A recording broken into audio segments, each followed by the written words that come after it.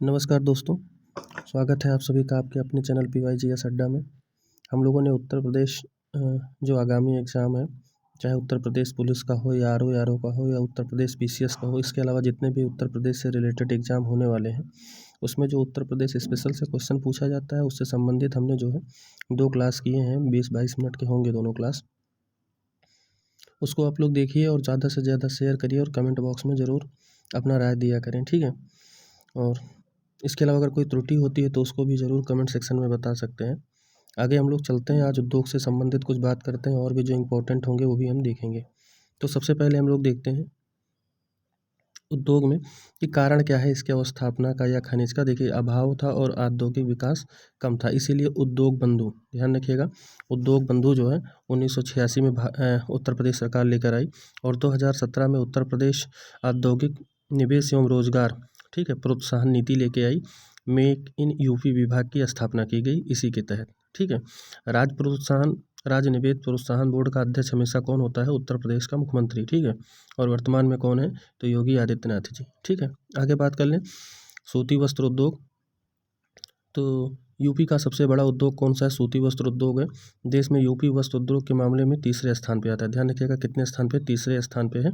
कृषि के बाद हथकरघा और रोजगार, ठीक है, कृषि के बाद हथकरघा उद्योग रोजगार उपलब्ध कराने में दूसरे स्थान पर है। उत्तर प्रदेश का मैनचेस्टर किसको कहा जाता है? तो वो कानपुर को कहा जाता है। ध्यान रखिएगा, कई बार पूछा हुआ है। आगे हम लोग बात कर लेते हैं शहर और कपड़ा। तो देखिए, लखनऊ जो है वो चिकनकारी के लिए प्रसिद्ध है, ये पूछा गया है। बनारस जो है ये रेशमी साड़ी के लिए प्रसिद्ध है। रामपुर हो गया ये जरदोजी के लिए प्रसिद्ध है। गोरखपुर हो गया बेड कवर के लिए। गाजियाबाद टेरी टॉवेल के लिए। अमरोहा पाइल वर्क, इसके अलावा सीतापुर हो गया ये दरी के लिए, और जो है गाजीपुर ये कट वर्क के लिए प्रसिद्ध है, ठीक है। इसके बाद में फिर देख लेते हैं दरी व कालीन। दरी व कालीन की अगर बात कर लें तो भदोई, मिर्ज़ापुर, बरेली, आगरा, मथुरा, बरेली, अलीगढ़, ठीक है। कंबल के लिए बात कर ले मेरठ, मुजफ्फरनगर, नजीजाबाद, ठीक है। इसके बाद मनमल के ऊपर छपाई का कार्य जो है ये मथुरा में होता है। ऊनी वस्त्र उद्योग कानपुर, मिर्ज़ापुर, गाजियाबाद, शाहजहाँपुर। देखिए, रेशम के जो प्रकार होते हैं टसर, ईरी और अरंडी, ये भी आपको ध्यान रखना है। इसके बाद में रेशमी जो वस्त्र उद्योग है वो बनारस, मऊ, मिर्ज़ापुर और इटावा में है। बात करते हैं चीनी उद्योग की। देखिए, चीनी उत्पादन में उत्तर प्रदेश प्रथम स्थान रखता है। चीनी उत्पादन का प्रमुख क्षेत्र जो है गंगा यमुना का दोआब है, 65% होता है। यूपी की पहली जो चीनी मिल थी वो 1903 में, ठीक है, प्रतापपुर देवरिया में स्थापित हुई थी। वाराणसी, अयोध्या, कानपुर, लखनऊ, मेरठ, गाजियाबाद, गोरखपुर ये चीनी उत्पादन में महत्वपूर्ण स्थान रखते हैं। जबकि गुड़ के उत्पादन में सीतापुर, मुजफ्फरनगर, बरेली, ठीक है, इसके साथ साथ में मेरठ जो है उचित स्थान रखता है, मतलब टॉप 4 में आते हैं। इसके अलावा जूट उद्योग की बात कर लें तो जूट में हम देख रहे हैं कानपुर और गोरखपुर, ठीक है। सीमेंट उद्योग की बात कर लें तो देखिए, चुर्क आपके लिए काफ़ी फेमस हो जाता है सोनभद्र में और उल्लाल। इसके अलावा मिर्ज़ापुर में बात कर लें तो कजराहट और चुनार हो जाता है। बात करें टांडा अम्बेडकर नगर की। देखिए, टांडा अम्बेडकर नगर में बुलंदशहर, ठीक है। इसके अलावा सिकंदराबाद, कासगंज, बरेली, झांसी, ठीक है, ये सब काफ़ी इंपॉर्टेंट है सीमेंट से रिलेटेड। कागज़ की सर्वाधिक बात कर लें तो कागज़ के लिए सर्वाधिक मिल जो है मुजफ्फरनगर में। कांच की चूड़ियाँ जो है ये फिरोजाबाद है, ठीक है, बैंगल्स के लिए। चमड़ा उद्योग के लिए कानपुर है। कृत्रिम रबर बनाने के लिए बरेली हमारा हो जाता है। ट्रांसफार्मर के लिए झांसी। ताला के लिए अलीगढ़। ये सब कई बार पूछा गया है। पीतल की मूर्ति और तांबे का बर्तन, ध्यान रखिएगा, दोनों जो है मथुरा हो जाता है। बर्तनों पर कलई और नक्काशी के लिए मिर्ज़ापुर और इसके साथ साथ में मुरादाबाद, ठीक है। बात करें लकड़ी की कास्ट नक्काशी की तो ये लकड़ी पर नक्काशी करने के लिए सहारनपुर और इसके साथ साथ नगीना। लोहे पर जो है वाट, ये जो हमारा हो जाता है ये हो जाता है सहारनपुर और आगरा, मतलब लोहे के वाट पर जो नक्काशी होती है वो सहारनपुर और आगरा इसके लिए काफ़ी फेमस है।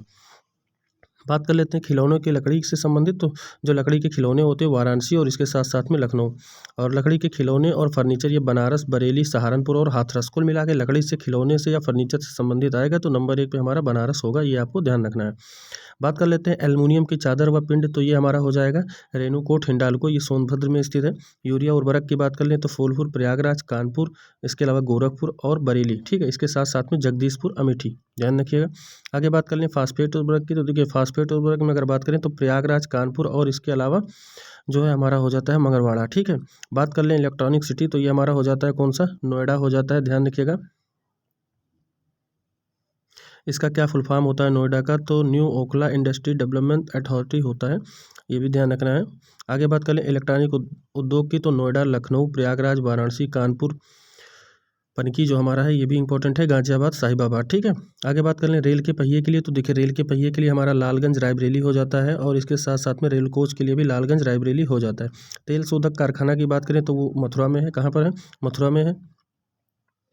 आगे बात कर लेते हैं अफीम का कारखाना गाजीपुर में है। हिंदुस्तान एरोनॉटिक्स लिमिटेड कहाँ है? मुंशीगंज जो है अमेठी में है। इसके अलावा लखनऊ में है और कानपुर में है। इंडियन टेलीफोन इंडस्ट्री कहाँ है? तो ये हमारा नैनी जो है प्रयागराज में हो जाता है। 82.5 डिग्री जो मानक रेखा है वो भी यहीं से गुजरती है। इसके अलावा रायबरेली हो जाता है, और मनकापुर गोंडा, ये 3 जगह जो है इंडियन टेलीफोन इंडस्ट्री है। आगे हम बात कर लेते हैं भारत एक्सप्लोसिव बारूद फैक्ट्री कहाँ है? तो ये ललितपुर में है। कहाँ पर है? ललितपुर में है। इसके अलावा बात करें भारत स्टील रोलिंग मिल कहाँ है? मेरठ में, ठीक है। DLW लोकोमोटिव, ठीक है, डीजल लोकोमोटिव वर्क्स, ये कहाँ है? मड़ुआडीह वाराणसी के पास में पड़ता है। आगे बात कर लें औद्योगिक विकास प्राधिकरण की, तो देखिए नवीन ओखला औद्योगिक विकास प्राधिकरण ये कहाँ है? नोएडा में 1976 में स्थापना हुई थी। भदोई औद्योगिक विकास प्राधिकरण जो है ये कहाँ हुई थी? बीडा, ये 1981 में हुई थी। गोरखपुर औद्योगिक विकास केंद्र गीडा, ठीक है। इसके अलावा सतहरिया, ये सीडा जो है जौनपुर में है, ये ध्यान रखना है, कई बार पूछा हुआ है। आगे हम बात कर लेते हैं बृहद नवीन ओखला औद्योगिक विकास प्राधिकरण ग्रेटर नोएडा में है। यमुना एक्सप्रेस वे ईडा, ये ठीक है, गौतम बुद्ध नगर। लखनऊ औद्योगिक विकास ये जो है लीडा। इसके अलावा उत्तर प्रदेश एक्सप्रेस वे औद्योगिक विकास प्राधिकरण ये यूपीडा जो है लखनऊ में स्थित है। आगे इसे में हम देख लेते हैं। देखिए हमारा जो हो जाता है औद्योगिक पार्क। देखिए औद्योगिक पार्क की अगर बात कर लें तो राज्य औद्योगिक विकास निगम द्वारा उत्तर प्रदेश विशेष के लिए स्थापित किया गया था। एग्रो पार्क हमारा कहाँ है? तो ये लखनऊ, कुर्सी रोड, बाराबंकी और वाराणसी 3 जगह है। आप लखनऊ वाला ध्यान रख लीजिए। इसके अलावा बात कर लें एग्रो प्रोसेस जोन, तो ये कहाँ है? जो एग्रो प्रोसेसिंग जोन है ये वाराणसी, लखनऊ, हापुड़ और सहारनपुर में हो जाता है। इसके अलावा देखिए ये काफ़ी इंपॉर्टेंट है अप्रैल, ठीक है, ये हौजरी पार्क है, ये कानपुर में स्थित है। प्लास्टिक सिटी किसको कहते हैं? औरैया और कानपुर देहात को कहते हैं। बात कर लेते हैं लेदर पार्क की, तो लेदर पार्क हमारा हो जाता है आगरा में। चर्म प्रौद्योगिक पार्क कहाँ हो जाता है? भमरा, उन्नाव में। निर्यात संवर्धन औद्योगिक पार्क आगरा में हो जाता है, चमड़ों के वस्तुओं के निर्यात के लिए, ठीक है। आगे बात कर लेते हैं ODOP one district one product की। मॉडल जापान से लिया गया 1979 में। 24 जनवरी 2018 को उत्तर प्रदेश स्थापना दिवस मनाया जाता है। ये भी 24 जनवरी 2018 को, ठीक है, यानी 24 जनवरी को जब उत्तर प्रदेश का स्थापना दिवस मनाया जाता है तभी ये जो है उत्तर प्रदेश में स्टार्ट हुआ था। इसका लाभ जो है वो छोटे मध्यम परंपरागत उद्योग विकास के लिए, स्थानीय कौशल विकास के लिए और निर्यात को बढ़ावा देना, ये 3 इसका उद्देश्य है। किसका? ODOP का, ध्यान रखिएगा। आगे हम परिवहन से रिलेटेड कुछ इंपॉर्टेंट बात कर लेते हैं। देखिए नागपुर योजना 1943 में आई थी। 4 प्रकार की सड़कों का जो है इसमें निर्माण का बात किया गया था। वो 4 प्रकार की सड़कें कौन है? तो ये राष्ट्रीय राजमार्ग, राज्य राजमार्ग और ग्राम सड़क राजमार्ग। इसके अलावा, ठीक है, एक जो हो जाता है जिला सड़क। तो ये आप ध्यान रख लीजिएगा, ये कोई बहुत इंपॉर्टेंट है नहीं, इसीलिए हम इसको जो है बहुत ज़्यादा बताने का प्रयास नहीं कर रहे हैं। आगे बात कर लेते हैं एक्सप्रेस वे की, तो ये जो है मल्टी लेन वाले सड़क होते हैं, तीव्र गति से चल सकते हैं। इसमें राज्य और केंद्र दोनों की भागीदारी होती है। तो आप इतना याद रखिए कि एक्सप्रेस वे में किसका जो है भागीदारी होती है? तो केंद्र और राज्य सरकार दोनों की होती है, ठीक है। बाकी इसमें कुछ ज़्यादा इंपॉर्टेंट है नहीं।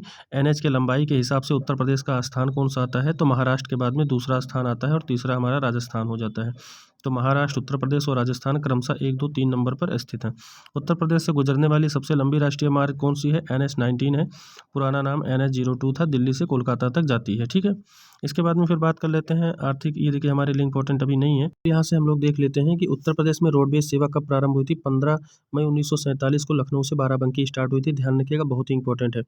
जैसे हम लोग ध्यान रखते हैं कि पहली ट्रेन 1853 में जो है मुंबई से थाने समय चली थी, वैसे ये भी ध्यान रखिएगा कि उत्तर प्रदेश में रोडवेज बस सेवा कब से कब प्रारंभ हुई थी? तो लखनऊ से बाराबंकी और 15 मई 1947, ठीक है, ये डेट आपको ध्यान रखना है।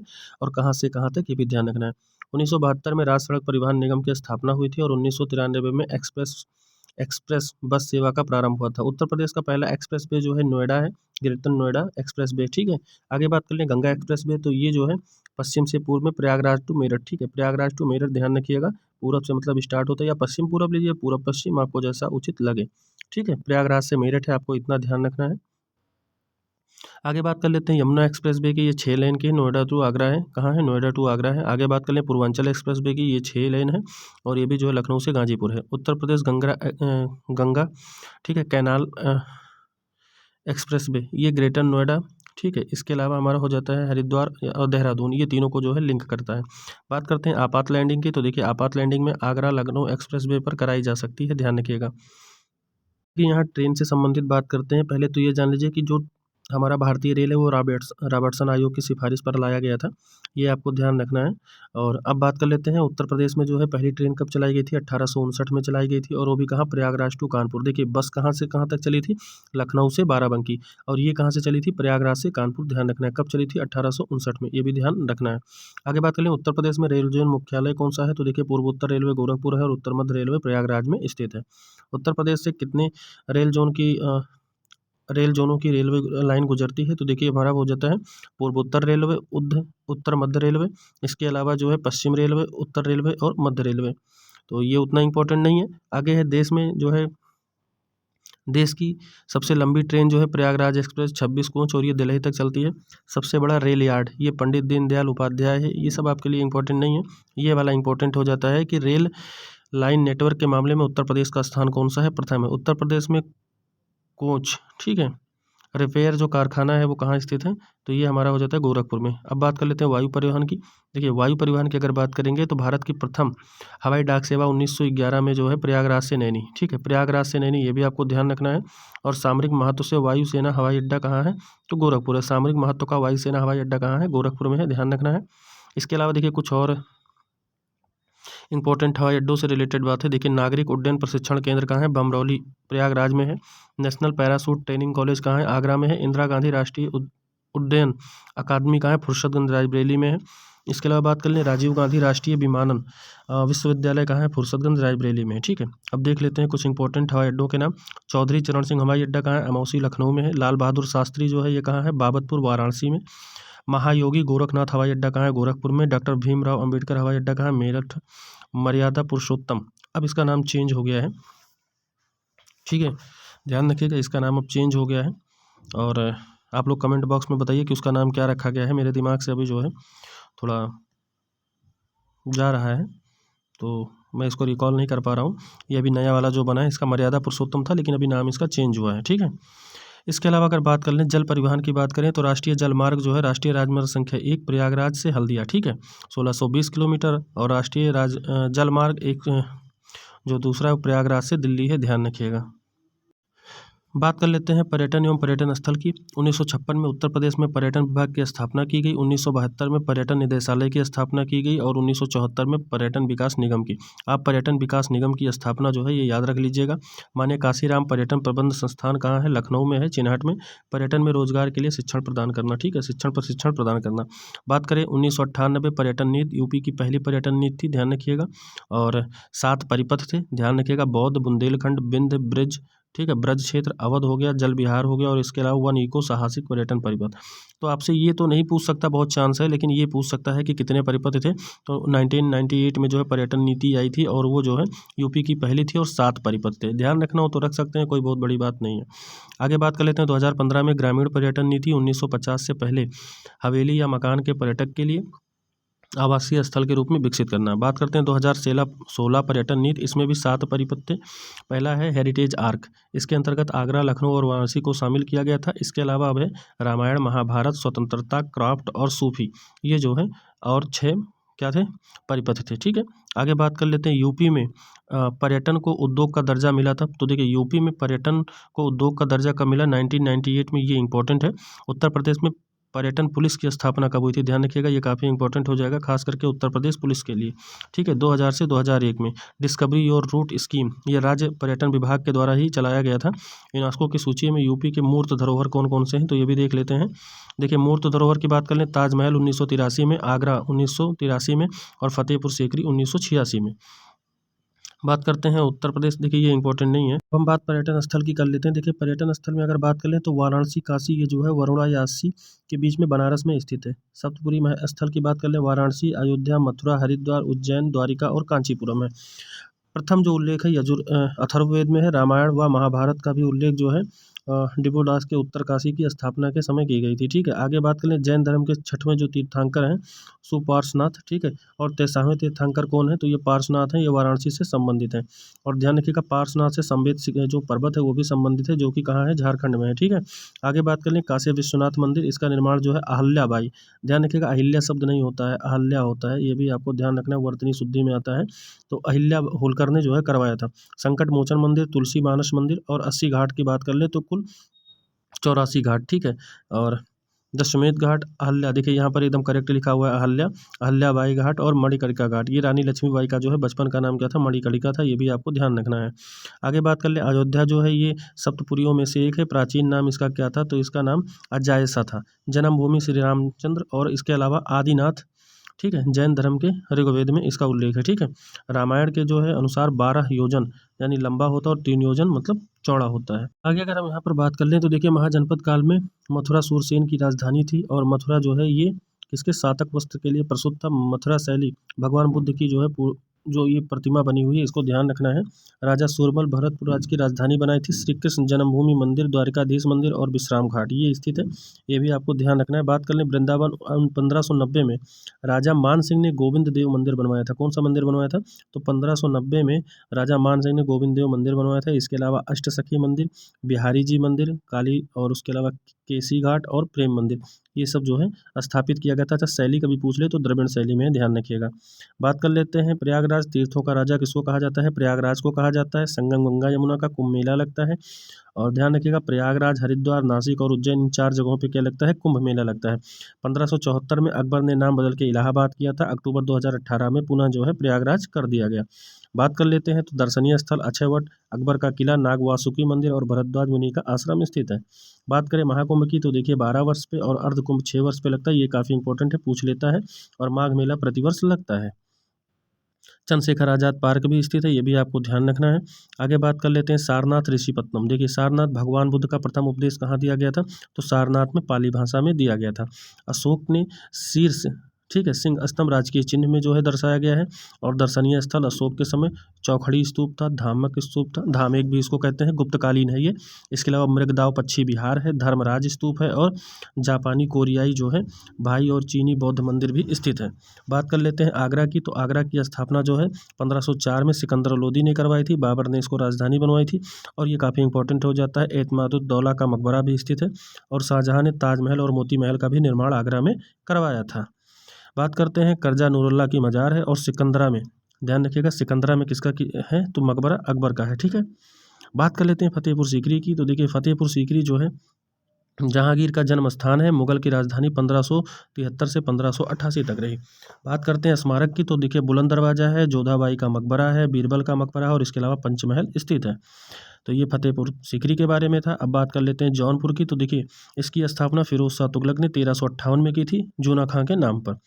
हुसैन शाह सारकी स्वतंत्र सल्तनत की स्थापना किया था।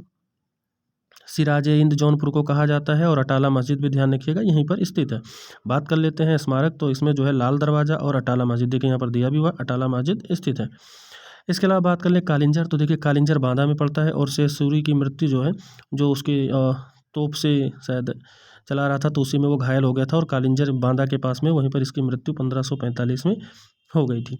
बात करते हैं लखनऊ, प्राचीन नाम इसका लक्ष्मणपुरी था। अवध की स्थापना सादत खान ने की थी। किसने की थी, सादत खान ने की थी और अवध की राजधानी लखनऊ बनाया था आसफुद्दौला ने, ठीक है। बात करते हैं शाही मीना का बाजार जो है, ये भी कहाँ स्थित है, लखनऊ में। 1857 में बेगम हजरत महल ने जो है यहाँ अपने जो है एक छोटे 2 या 3 साल के बच्चे को लेके जो है बिजारत खान को लेके जो है युद्ध का नेतृत्व किया था। प्रमुख स्थल जो है इसमें क्या है, तो देखिए बीबियापुर का कोठी है, इमामबाड़ा है, ठीक है। इसके अलावा जो है सभी खाजा है, ठीक है। तो ये इंपॉर्टेंट थे। अब बात कर लेते हैं गोरखपुर से। गोरखपुर में जो है नाथ संप्रदाय का सिद्धपीठ गोरखनाथ मंदिर है। रामगढ़ ताल जो है महाकाल में पुलिस, ठीक है, पुलिस व्यवस्था के लिए प्रसिद्ध था। इसके अलावा गीता प्रेस कहाँ है, गोरखपुर में है, ये भी आपको ध्यान रखना है। बात करते हैं कुशीनगर की, देखिए कुशीनगर जो है प्राचीन नाम बसैया था। महाजनपद काल में मल्ल गणराज्य की राजधानी थी और बौद्ध मंदिर व परिनिर्वाण स्थल, मतलब महात्मा बुद्ध को यहीं जो है महापरिनिर्वाण यानी मृत्यु हुई थी 483 ईस्वी में, ध्यान रखिएगा। और शयन मुद्रा की मूर्ति स्थित है। बात करते हैं कन्नौज की, तो देखिए कन्नौज जो है इसका प्राचीन नाम कान्यकुब्ज या महोदय नगर था, ये भी आपको ध्यान रखना है। बात करें स्थल की, तो जयचंद का किला है, पद्मावती सती मंदिर है और इसके अलावा सेमकली मंदिर स्थित है। बात करते हैं नैमिषारण्य की, ये सीतापुर में है और गोमती नदी के किनारे स्थित है। गोमती नदी का जो उद्गम स्थल है वो पीलीभीत के फुलहार झील से स्थित है, उद्गम होता है, ये भी आप ध्यान रखिएगा। उत्तर प्रदेश की राजधानी लखनऊ भी जो है वो गोमती नदी पर स्थित है। बात करते हैं 88,000 ऋषियों की तपोभूमि है, 30,000 तीर्थों का स्थान है, 84 कोसी परिक्रमा है और तीर्थ चक्र यानी जलकुंड पृथ्वी का सर्वोपरि तीर्थ है। बात कर लें व्यास गद्दी की तो वेद के 4 भागों में विभक्त है और पुराणों की रचना भी यहीं पर हुई। बात करते हैं बहराइच की, तो देखिए बहराइच में कई बार पूछा हुआ है कि किसका जो है मकबरा स्थित है, तो आपसे ऊपर वाला ध्यान रखना है, सैयद सलार और गाजी, ठीक है, मसूद गाजी का जो है स्थित है। देवा शरीफ की बात कर लें तो देवा शरीफ जो है ये बाराबंकी में है और हाजी वारिस अली का जो है मकबरा यहाँ पर स्थित है। बाराबंकी में कुंतेश्वर मंदिर है, ठीक है, कुंती से संबंधित है। सलामत शाह की मजार है और इसके अलावा बांसा अब्दुल रज्जा की जो है दरगाह है। अब हम लोग कला एवं संस्कृति की बात करते हैं तो मैरिन्स कॉलेज ऑफ हिंदुस्तानी म्यूजिक, ठीक है, इसकी जो है 1926 में स्थापना हुई थी पंडित विष्णु नारायण भातखंडे के प्रयास से। 1960 का दशक था उसमें भातखंडे हिंदुस्तान संगीत विलय कर दिया गया और 2016 में से डीम्ड विश्वविद्यालय का दर्जा प्राप्त हो गया, ठीक है। भातखंडे संगीत संस्थान लखनऊ में है। आगे बात कर लेते हैं, कई बार पूछा हुआ है कि राज्य ललित कला अकादमी जो है 8 फरवरी 1962 को लखनऊ में स्थापित हुई थी। भारतीय नाट्य अकादमी 1975 में लखनऊ में स्थापित हुई थी और हिंदी क्षेत्र में नाट्य कला का प्रशिक्षण यहाँ पर दिया जाता है। बात कर लेते हैं इसके अलावा कला एवं संस्कृति की, तो ये सेम चीज़ दिया हुआ है। यहाँ से फिर हम देखते हैं, देखिए उत्तर प्रदेश संगीत नाटक अकादमी लखनऊ में 1963 में है। राष्ट्रीय कथक संस्थान लखनऊ में है, 1988 में स्थापना हुई थी। उद्देश्य इसका क्या था, अभिलेखीकरण और कलाकारों को प्रोत्साहन व संरक्षण देना। बात कर लेते हैं अयोध्या शोध संस्थान की, 1986 में जो है ये स्थापित हुआ था और तुलसी स्मारक भवन अयोध्या में स्थित है। इसके अलावा बात कर लेते हैं संगीत कला की। देखिए संगीत कला की अगर बात करेंगे तो नाट्यशास्त्र जो है भरत मुनि की एक पुस्तक है, वहाँ पर जो है मिलता है, ठीक है। और बात कर लेते हैं उत्तर भारत में संगीत का बाइबल किसको कहा जाता है, नाट्यशास्त्र को कहा जाता है। अमीर खुसरो, ये कई बार पूछा हुआ है कि इनका जन्म पटियाली कासगंज में हुआ था, ध्यान रखिएगा उत्तर प्रदेश में पड़ता है, ठीक है, 1223 में। ध्रुपद व ईरानी संगीत, ठीक है, नई गायन शैली ख्याल शैली जो है इनसे संबंधित है। बात कर लेते हैं तराना, कव्वाली, नक्शेगुल, तबला, सितार के आविष्कारक हैं। इतनी जो इंस्ट्रूमेंट है और जो भी कला विधाएँ हैं संगीत के क्षेत्र में उसको जो है मतलब लाने का काम किसने किया था, तो वो लाने का काम किसने किया था, अमीर खुसरो ने। ध्यान रखिएगा किसने, अमीर खुसरो ने, ठीक है। इनको तोते हिंद भी कहा जाता था और 7 सुल्तानों का कार्यकाल इन्होंने देखा था, ऐसा बताया गया है। बात करते हैं वल्लभाचार्य की, तो देखिए वल्लभाचार्य जी ने पुष्टि समुदाय का जो है जनक माना जाता है। मंदिरों में गीत भजन, ठीक है, वह जो है इसको पढ़ने का प्रचलन किया था। बात करते हैं अष्टछाप की, 8 कवियों के समूह को, ठीक है। अब देखिए संस्थापक जो है वल्लभाचार्य, उनके पुत्र जो थे विट्ठलनाथ, ठीक है, भगवान कृष्ण का पर्यायवाची भी विट्ठल है। और प्रातःकाल, भैरवी, भैरव व ललित, पूछता है ये सब क्या है, भैरव भैरवी, तो ध्यान रखिएगा ये सब प्रातःकाल के जो है राग हैं। क्या है, राग है। मध्यकाल के राग को क्या कहा जाता है, राग सारंग कहा जाता है, जबकि संध्या काल के राग को राग यमन और राग धनाश्री कहा जाता है। बात कर लें हरिदास की, तो देखिए हरिदास जी का जन्म जो है अलीगढ़ में हुआ था और जीवन जो है इनका व्यतीत तो निधिवन वृंदावन में हुआ था। रचना इनकी क्या है, श्री केलीमाल और अष्टदश पद, ठीक है। इनके शिष्य कौन कौन से थे हरिदास के, ये काफ़ी इंपॉर्टेंट है, खास करके बैजू बावरा और गोपाल, ठीक है। इसके अलावा तानसेन को भी आप याद रख सकते हैं, ग्वालियर घराना से संबंधित थे, और मदन राय, ठीक है। तो तानसेन और बैजू बावरा ये जो है ग्वालियर घराना से संबंधित थे। बात करते हैं तानसेन की, देखिए तानसेन जो थे ये बीड़ा वादक थे, ध्यान रखिएगा। ध्रुपद ये धमार के प्रवर्तक थे और मंदिर में ध्रुपद का इन्होंने जो है संरक्षण दिया था। आगे बात करें हुसैन शाह सारकी, जौनपुर के शासक थे, बड़ा ख्याल के प्रवर्तक थे और टप्पा शैली के भी प्रवर्तक थे, ठीक है। बात कर लेते हैं शास्त्रीय नृत्य की, तो देखिए शास्त्रीय नृत्य उत्तर प्रदेश का एकमात्र शास्त्रीय नृत्य या उत्तर भारत का कौन सा है, कथक है। सर्वाधिक विकास कथक का नवाब वाजिद अली शाह के दरबार में हुआ था और कथक में ठुमरी का समावेश बिंदादीन, ध्यान रखिएगा, इन्होंने किया था शबद पिया। बात करते हैं कथक के प्रमुख कलाकार शंभू महाराज, लच्छू महाराज, बिरजू महाराज, लीला सोंधे, ठीक है। मेनका जो है इनको कहा जाता था, सितारा देवी और तारा देवी। सितारा देवी का नाम आप लोग याद रखिएगा, बाकी ऊपर के 3, ठीक है। बात कर लेते हैं लोक नृत्य की, तो देखिए लोक नृत्य में जो है उत्तर प्रदेश का सबसे प्रचलित लोक नृत्य कौन सा है, नौटंकी है। चरकुला आप ध्यान रखिएगा ब्रज क्षेत्र में। इसके अलावा आयोजन होली के समय और 108 दीप जलाकर सिर पर रखना महिलाओं के द्वारा, ये ऐसा किया जाता है किसमें, चरकुला नृत्य, आप ध्यान रखिएगा, यूपीपी में पूछा हुआ क्वेश्चन है। बात कर लेते हैं कीर्तन का, तो कीर्तन हमारा ब्रज क्षेत्र और इसके अलावा गौड़िया परंपरा के लोगों द्वारा मनाया जाता है। बात करें झूला नृत्य की, तो ये ब्रज क्षेत्र, श्रवण मास और मंदिर में होता है, ठीक है। बात कर लें रास की, वो ब्रज क्षेत्र में होता है, ये आपको वैसे ही समझ में आ जाएगा। नरसिंह नृत्य, ये आपको रखना है ध्यान, तो ब्रज क्षेत्र हो जाता है। आयोजन नरसिंह चतुर्दशी हो जाता है। और नृत्य की बात करें तो भगवान नरसिंह, ठीक है, हिरण्याकश्यप का वध किया था इसमें। और शत्रुघ्न द्वार, ये लौड़ासुर का वध किया गया था, ये भी आपको ध्यान रखना है। बात कर लें घड़ा नृत्य। देखिए घड़ा नृत्य काफ़ी इंपॉर्टेंट है, क्योंकि जो हम कभी नहीं सुने होते अक्सर एग्जाम में वही आता है। ये ब्रज क्षेत्र में है और रथ के पहिए पर घड़ा रखकर जो है नृत्य किया जाता है। राई नृत्य की बात कर ले, बुंदेलखंड, महिलाओं के द्वारा किया जाता है जन्माष्टमी और मांगलिक अवसर पर, ठीक है। बात कर लेते हैं ख्याल नृत्य का, ये बुंदेलखंड क्षेत्र में होता है। आयोजन इसका पुत्र जन्मोत्सव के समय किया जाता है। और देखिए इसमें कागज व बारात की सहायता से, ठीक है, बर्तन की सहायता से, माफ़ करिएगा, सहायता से मंदिर बनाकर सिर पर रखकर ऐसे कुछ नृत्य वगैरह करना होता होगा। बात कर लें पाई डंडा, ये भी पूछा हुआ है यूपीपी में क्वेश्चन, तो ध्यान रखिएगा। पाई डंडा या मौनिया नृत्य भी इसी को कहते हैं। आप बुंदेलखंड क्षेत्र याद रख लीजिए, और इसको डांडिया कहा जाता है बुंदेलखंड का, ठीक। अहीर समाज द्वारा ये जो है मनाया जाता है। बात कर लें वरेंदी या दीवारी नृत्य, ये बुंदेलखंड, ठीक है, और यादव समाज के द्वारा मनाया जाता है। गौवंश की सुरक्षा और संरक्षण से संबंधित है। बात कर लेते हैं कनारा नृत्य, ये बुंदेलखंड क्षेत्र से, और आयोजन इसका देखिए धोबी समाज द्वारा। ध्यान रखिएगा कनारा नृत्य जो है ये आयोजन होता है बुंदेलखंड क्षेत्र में और धोबी समाज के द्वारा विवाह के अवसर पे किया जाता है। बात कर लेते हैं देखिए अवध क्षेत्र का जोगनी नृत्य, ठीक है, ये अवध क्षेत्र में होता है। पुरुष महिला का जो है वेश धारण कर लेते हैं, जो पुरुष होते हैं वो महिला का वेश धारण कर लेते हैं, और ये आयोजन रामनवमी के दिन होता है। बात कर ले ढेढ़िया नृत्य का, ये अवध क्षेत्र में होता है भगवान राम के वापस आने के शुभ अवसर पर, ठीक है। छिद्रयुक्त मिट्टी के पात्र में दीपक रखकर जो है नृत्य किया जाता है। बात कर लेते हैं पूर्वांचल में विदेशिया नृत्य की। देखिए विदेशिया नृत्य पूर्वांचल क्षेत्र में है। विदेश जाते समय पति का पत्नी द्वारा नृत्य होता है। धोबिया नृत्य धोबी समाज द्वारा विवाह और संतान जन्म के समय होता है। धोबी और गधा से संबंधित है। इसके अलावा बात कर लेते हैं कहरुआ नृत्य। देखिए कहरुआ नृत्य जो हमारा होता है पूर्वांचल क्षेत्र में होता है, कहार समुदाय द्वारा होता है और किसी विशेष शुभ अवसर पर गाया जाता है। बात करते हैं कठघोड़वा नृत्य की। ये पूर्वांचल में मांगलिक अवसर पर किया जाता है, लकड़ी का घोड़ा बनाकर नृत्य किया जाता है। बात कर लेते हैं कर्मा नृत्य, काफ़ी इंपॉर्टेंट है। मिर्जापुर व सोनभद्र क्षेत्र में पुरुषार्थ का प्रदर्शन किया जाता था, पर्यावरण का प्रतीक है। खरवार समुदाय द्वारा, ध्यान रखिएगा, आयोजन इसका होली व खरीफ की फसल बोने के बाद जो है किया जाता है।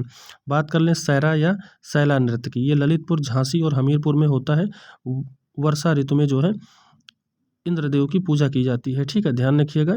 ये मतलब बॉयज़ एंड गर्ल्स के द्वारा किया जाता है। डांडिया नृत्य की बात करें सोनभद्र में, ठीक है, डढ़िया है, ठडिया, ठीक है, ठडिया है।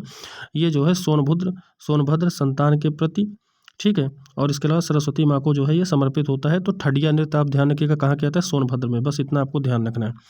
इसके अलावा बात करते हैं घराना और घर, ठीक है, किसी कला की विशेष शैली, कलाकार, वंशावली और विचार। अब देखते हैं लखनऊ घराना। देखिए लखनऊ घराना जन्म वाजिद अली शाह के दरबार में, ठीक है, शासनकाल किसका था, अवध में। कला का स्वर्ण युग किसको कहा जाता है, तो वाजिद अली जो साथ थे इनके, ठीक है, लखनऊ घराना से संबंधित है। रहस्य नृत्य का आयोजन है और इसमें श्री कृष्ण की जो है भूमिका निभाते हैं। दरबार में कोदऊ सिंह और बिंदादीन, ठीक है, ये कत्थक के थे और कोदऊ सिंह पखवाज वादक थे। बात कर लेते हैं नवाब वाजिद अली शाह की। अख्तर पिया, ठीक है, ठुमरी की बंदिशें तैयार करते थे, जबकि बिंदादीन सनद पिया, ठीक है, ध्यान रखिएगा। नवाब वाजिद अली शाह के समय ठुमरी आध्यात्मिक प्रसिद्ध हुआ, ठीक है। बात कर लेते हैं कत्थक की। तो देखिए कत्थक में बिरजू महाराज पद्म विभूषण है, लखनऊ घराना के अत्यधिक प्रसिद्ध हैं। इसके अलावा शंभू महाराज, लच्छू महाराज और बिंदादीन, ठीक है। अब बात कर लेते हैं, ठीक है, देखिए यहाँ पर अब बात कर लेते हैं ख्याल गायकी की। तो ख्याल गायकी जो है ये लखनऊ घराना के ख्याल गायकी के पितामह कौन है, खुर्शीद अली खां है, ठीक है, और इससे संबंधित कौन है, तो गुलाम हुसैन, रहीमन बाई और छज्जू खां, ध्यान रखिएगा। बात करते हैं सितार वादक की। तो ध्रुव तारा जोशी, गुलाम मोहम्मद और नवाब अली। इसके अलावा हम बात कर लेते हैं, देखिए बीड़ा वादक में कौन हो जाता है, सादिक अली खां। पखवाज वादक से हो जाता है कोदऊ सिंह, पंडित सखाराम और अयोध्या प्रसाद, ठीक है। गजल गायिका की बात कर लें तो बेगम अख्तर हो जाती हैं, ठीक है। फिर बनारस घराना की बात कर लेते हैं। तो बनारस घराना के लिए ठुमरी गायिका के लिए प्रसिद्ध है ठाकुर जयदेव सिंह। बनारस घराने से संबंधित संगीत शास्त्र के पितामह कहे जाते हैं। ध्रुपद धमार गायक, ठीक है, राजन साजन मिश्र, छन्नू मिश्र और ज्वाला प्रसाद, ठीक है। बात कर लें टप्पा गायकी की। तो चित्राबाई और रसूलबाई, ध्यान रखिएगा। इसके अलावा तबला वादक की बात कर लें तो समता प्रसाद मिश्र, गुदई महाराज इनको कहा जाता है, इनका उपनाम है। इसके अलावा कंठे महाराज, किशन महाराज और जो हो जाता है अनोखे लाल मिश्र, ठीक है। बात कर लें सितार वादक की। तो पंडित रविशंकर और मुश्ताक अली हो जाते हैं। शहनाई वादक में उस्ताद बिस्मिल्ला खां और कथक नृत्य में अलखनंदा, ध्यान रखिएगा, अलखनंदा, सितारा देवी और जयकरण मिश्र, ठीक है। रामपुर घराना की बात कर लें तो इसके संस्थापक नेमत खां, ठीक है, सदारंग थे। शाहजहाँपुर घराना की बात कर लें, सरोद वादन के लिए प्रसिद्ध था। और आगरा घराना की बात कर लें तो सुजान खां अकबर के समकालीन थे और संस्थापक श्याम रंग और सरस रंग, ठीक है। इसके अलावा अलख दास और मलोक दास थे। ध्यान रखिएगा। कव्वाल बच्चा घराना, ठीक है, ये काफ़ी इंपॉर्टेंट है। आगे बात कर लेते हैं। सर्वश्रेष्ठ गायक की बात कर लें तो सर्वश्रेष्ठ गायक में जो है उस्ताद फैयाज खां परेमपिया इनको कहा जाता था। इसके अलावा संगीतकार जो होते थे उस्ताद बिलायत खां हुसैन, ये प्राणपिया के नाम से जाने जाते थे। पुरोहित इनके कौन थे? गुड़ीदास, ठीक है, पुरोहित गुड़ीदास इनको कहा जाता था। पुरोहित भी जो है एक संगीतकार थे। पंडित विशंभर दीन और दीपाली, ठीक है, दीपाली नाग। बात कर लेते हैं किराना घराना की, जो कि सबसे ज़्यादा पूछा जाता है। किराना घराना मुजफ्फरनगर का है। ख्याल गायकी के लिए प्रसिद्ध था। संस्थापक अब्दुल करीम खां थे और इनके प्रसिद्ध गायकों का नाम जरूर आप ध्यान रखिएगा। पंडित भीमसेन जोशी, गंगूबाई हंगल, ठीक है, इसके अलावा काले खां और हीराबाई, ठीक है, ये इंपॉर्टेंट थे। बात कर लेते हैं हम लोग लोकगीत की। देखिए लोकगीत पश्चिम क्षेत्र में लोकगीत क्या हो जाता है? बन्ना हो जाता है, गुजरी हो जाता है, लावड़ हो जाता है, इसके अलावा रागनी हो जाता है, ठीक है। बात कर लेते हैं ब्रज क्षेत्र की, तो ब्रज क्षेत्र में रसिया, झूला, होरी और मल्लाह, ये हम ऊपर देख चुके हैं। आगे बात कर लें पूर्वांचल के क्षेत्र में, तो फगुआ, बिरहा, विदेशिया, सोहर, कजरी। ध्यान रखिएगा, कजरी जो होता है ये वर्षा ऋतु के समय मालिनी अवस्था में गाया जाता है। और इसके अलावा चैता चैती पूछ लेता है, ठीक है, तो ध्यान रखिएगा पूर्वांचल में। बुंदेलखंड क्षेत्र की बात करें तो आल्हा, दीवारी और हरदौलिया, ठीक है। अवध क्षेत्र में बात कर लें झूला, संस्कार गीत, कजरी और बधाई गीत। अब मेले की बात कर लेते हैं। देखिए मेला गीत जो हमारे लिए इंपॉर्टेंट हो जाता है, उसमें प्रयागराज महाकुंभ माघ मेला, ठीक है, मेरठ में नौचंदी मेला लगता है और सरधाना मेला भी मेरठ में लगता है, ये भी आप ध्यान रखिएगा। फर्रुखाबाद में श्रृंगी रामपुर मेला, मनकपुर मेला और रामनगरिया मेला लगता है। कहाँ पर? फर्रुखाबाद में, ठीक है। इसके अलावा बात कर लेते हैं बलिया में ददरी मेला लगता है, ये भी आपको ध्यान रखना है। हापुड़ में मुक्तेश्वरगढ़ जो है या गढ़ मेला कहते हैं इसी को। बात करें भदोही में काकोरी मेला लगता है, बदायूं में, ठीक है, बदायूं में जो है काकोरी मेला लगता है। रुहेलखंड की मिनी कुंभ जो है इसको कहा जाता है। गाजियाबाद में मोदी नगर सिकरी मेला भी इसको कहते हैं। रामपुर में फाल्गुन मेला लगता है। हमीरपुर में जो है कंसवद मेला लगता है, ये भी आपको ध्यान रखना है। बात कर लें निधि वन की, तो निधि वन में जो है निधि वन वृंदावन में, ठीक है, हरिदास जयंती पर मेला लगता है। मथुरा में दाऊ जी जो है देव छठ मेला के नाम से जाना जाता है। कासगंज में सोरे मेला लगता है, ध्यान रखिएगा। गोरखपुर में खिचड़ी मेला। इसके अलावा जो हम बात कर लें तो अमरोहा में जो है तिगरी मेला लगता है और शाहजहाँपुर में जो है ये क्या है? ढाई घाट मेला लगता है। बात कर लेते हैं इसके अलावा वाराणसी में, तो ये नकटैया मेला लगता है, चेतगंज वाराणसी, ठीक है। इसके अलावा रथ मेला भी लगता है, ठीक है। बात कर लें आगरा में, तो गणगौर मेला और कैलाश मेला लगता है। बहराइच में सैयद सलार, ये काफ़ी इंपॉर्टेंट है, सैयद सलार मेला। और इसके अलावा बाराबंकी का देवा शरीफ। लखीमपुर खीरी का जो है गोला गोकर्णनाथ मेला। बलरामपुर में देवी पाटन मेला। अम्बेडकर नगर में गोविंद साहब मेला, ठीक है। बुलंदशहर में बाल सुंदरी मेला और मिर्ज़ापुर में माँ विंध्याचल देवी मेला। बांदा में कालिंजर मेला। बात कर लेते हैं हम लोग जो है द्रौपद मेला की, तो वाराणसी और वृंदावन में लगता है। झूला मेला अयोध्या और मथुरा में लगता है, ये भी आप ध्यान रखिएगा। उत्सव की कुछ बात कर लेते हैं। देखिए राम बारात उत्सव आगरा में लगता है। ताज महोत्सव जो है आगरा में लगता है, फरवरी माह में पर्यटन महोत्सव होता है, ठीक है, ये सब लगता है। त्रिवेणी महोत्सव प्रयागराज फरवरी माह में लगता है। प्रयाग महोत्सव की बात कर लें तो प्रयागराज संस्कृति विभाग द्वारा लगाया जाता है। झांसी महोत्सव की बात कर लें, दिवसीय आयुर्वेद महोत्सव होता है। कबीर महोत्सव मघार में लगता है खिचड़ी के समय। यमुना महोत्सव मथुरा में लगता है विश्राम घाट पर चैती छठ के समय। थोड़ा सा और बचा है, इसके बाद में हम लोग जनगणना से कल देखेंगे। तो देखिए वाटर स्पॉट जो महोत्सव लगता है ये प्रयागराज में लगता है। गंगा महोत्सव जो हमारा लगता है वाराणसी में लगता है। सुलह कुल ये आपके लिए काफ़ी इंपॉर्टेंट है, ये आगरा में लगता है। लठमार होली फागुन माह में वर्षाना और नंदगांव में लगता है। बुंदेलखंड में लोध राजपूत का 300 गाँव का यह उत्सव मनाता है। तो ये हमारे कुछ आज इंपॉर्टेंट क्लास थे, इसका मतलब हम लोग 4 क्लास में इसको समाप्त कर लेंगे। ये हमारा तीसरा क्लास था। आप लोग देखिएगा, कमेंट बॉक्स में बताइएगा। कल हम लोग जनगणना और उत्तर प्रदेश से जितना भी स्पेशल या इंपॉर्टेंट कुछ भी क्वेश्चन होगा सब कुछ कर लेंगे। उसके बाद से हम लोग एक नई श्रृंखला ज्योग्राफी की स्टार्ट करेंगे और हो सकता है 1 से 2 क्लास में वो भी हम समाप्त कर दें, ठीक है। तो हम लोग फिर मिलते हैं एक नए क्लास के साथ, तब तक के लिए जय हिंद, धन्यवाद। और आप लोग ज़्यादा से ज़्यादा इसको शेयर करिएगा और कमेंट में बताइएगा कि क्या त्रुटि है। और स्पीड थोड़ी ज़्यादा है क्योंकि एग्ज़ाम आने वाला है, इसीलिए हमने उसके अकॉर्डिंग जो है पढ़ाया। अगर ज़्यादा नहीं है तो बहुत अच्छी बात है, अगर ज़्यादा है तो आप लोग बताइएगा, थोड़ा बहुत कम किया जाएगा। फिर मिलते हैं कल एक नए क्लास के लिए साथ में, तब तक के लिए धन्यवाद। जय हिंद, वंदे मातरम।